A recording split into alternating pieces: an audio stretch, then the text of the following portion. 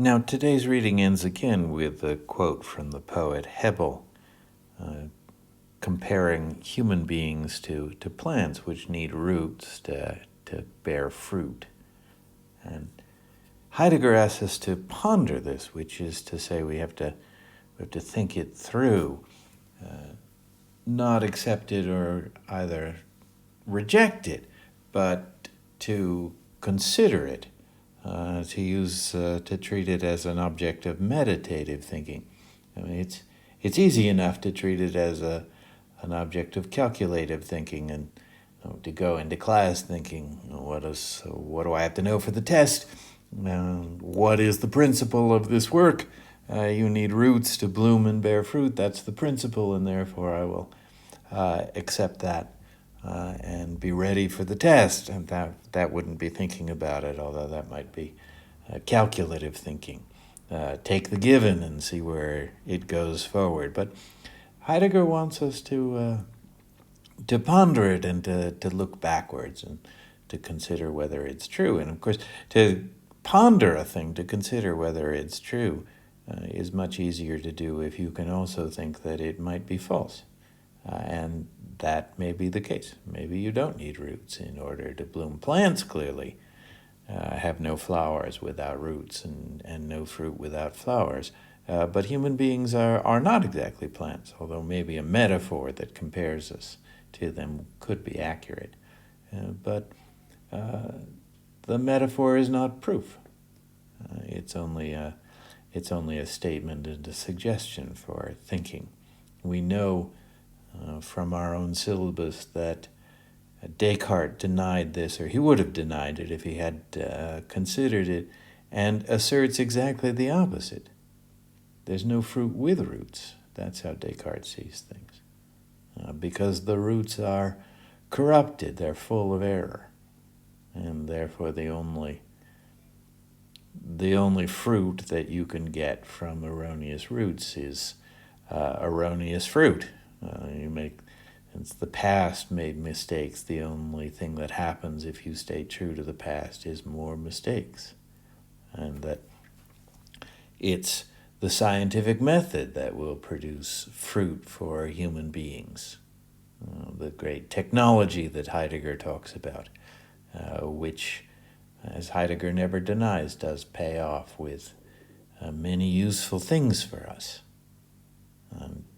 But it's part of the essence of that technology that in some way you forget the past and the traditional learning and the old education, which Descartes complains about. One must forget that in order to set up new thinking on a more solid basis, and to begin with obvious truths and to develop them into an understanding of the world so that we can make it serve our purposes and we can make nature do what we need it to do.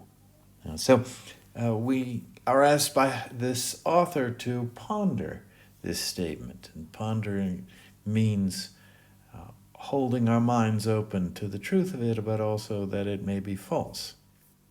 Now, in the center of the talk at the start of today's reading, Heidegger defines modern times. He gives it a label. We're living in the atomic age. And we need to think what that would mean, where it came from, what it says. This is exactly what Heidegger is asking us to ponder. It's connected to that other idea because it's especially difficult to preserve roots in the modern age. That because we live in the atomic age, we cannot hold on to our roots. We cannot be rooted, and that threatens to make us fruitless.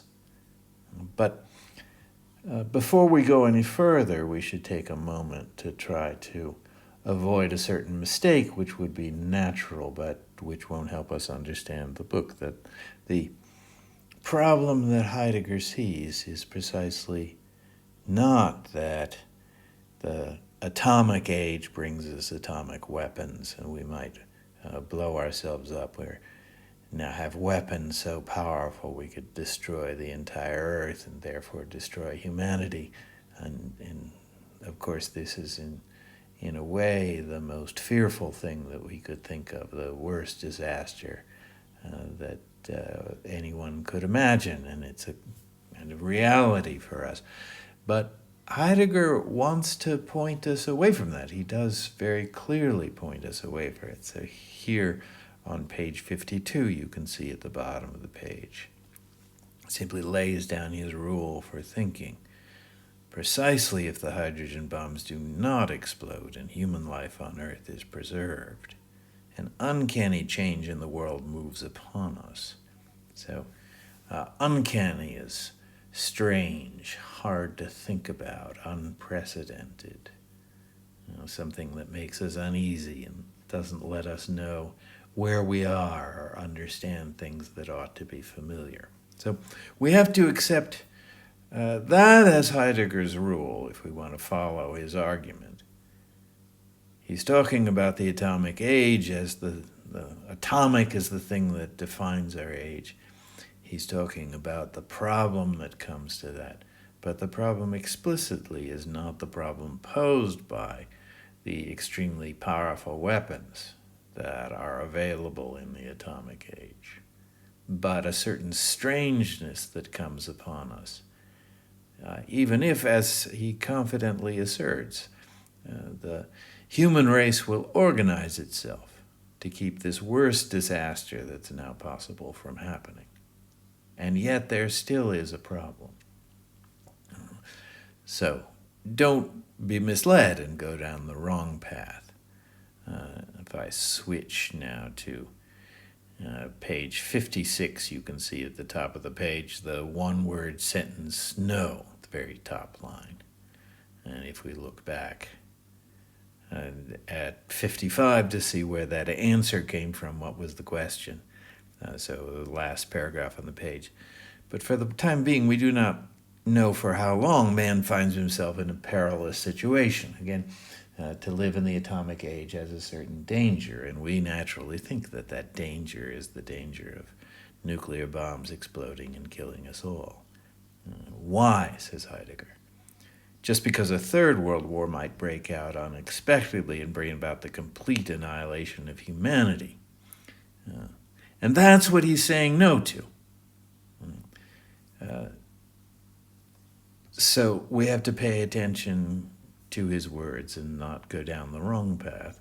So at the top of page 56 again. In this dawning atomic age, a far greater danger threatens, precisely when the danger of a third world war has been removed. So there's something even greater than that. When we do not contemplate the possibility of this highly destructive war. A strange assertion, says Heidegger. He knows that it seems odd to say that anything could be a greater danger than the one that represented by the use of the weapons. Strange indeed, but only as long as we do not meditate. And so he wants us to think along with him, but where he wants us to go is somewhat mysterious, even if we're clear to ourselves the pathway he blocks because he doesn't want us to misunderstand it. What is the danger that Heidegger sees? Still here on page 56, reading on, he says that, well, the short form of saying what it is that calculative thinking may someday be accepted in practice as the only way of thinking. So you will remember back from the first reading that human beings in Heidegger's understanding are meant to think. We are not ourselves if we do not think. So that if we're not thinking, and particularly if we're not practicing the kind of thinking that he calls meditative rather than calculative, then we are not ourselves. In the same way that a field on a farm is not itself if nobody ever grows anything in it.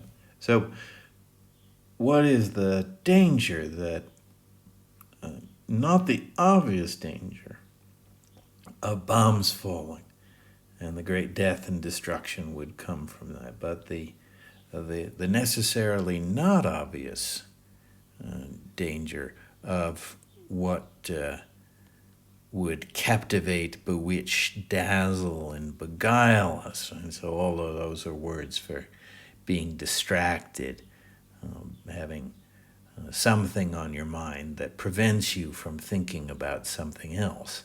In this case, a way of thinking, the calculative thinking that makes plans and moves forward, that would shut out the more distinctively human way of thinking, the meditative thinking that considers deeper meanings and looks backwards. And so the calculative thinking that may, we hope, keep us safe from the dangers of atomic weapons, and put together an international diplomatic community. We have treaties and arguments rather than letting the missiles fly and the bombs drop that could kill us all. That calculating thinking, we hope we can count on it. It's a great blessing for human life that it's worked as long as it has, and we hope it works forever.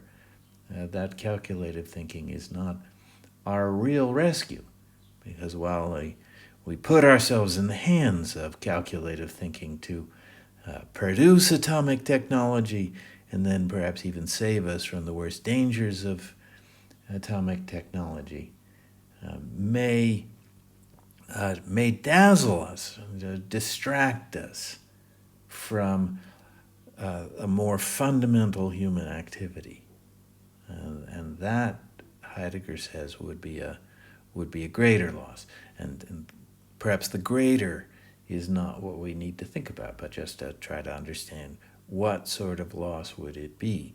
Why would it be a problem if we kept exclusively to calculative thinking and never turned to meditative? Why is this the atomic age? Well, to begin with, for simple reasons. For one thing, Heidegger didn't just make that up. Other people call the current century as the atomic age.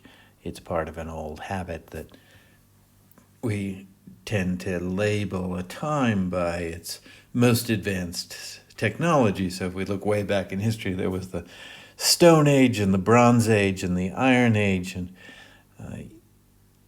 in each case we name the time after the most useful material, the height of its technology.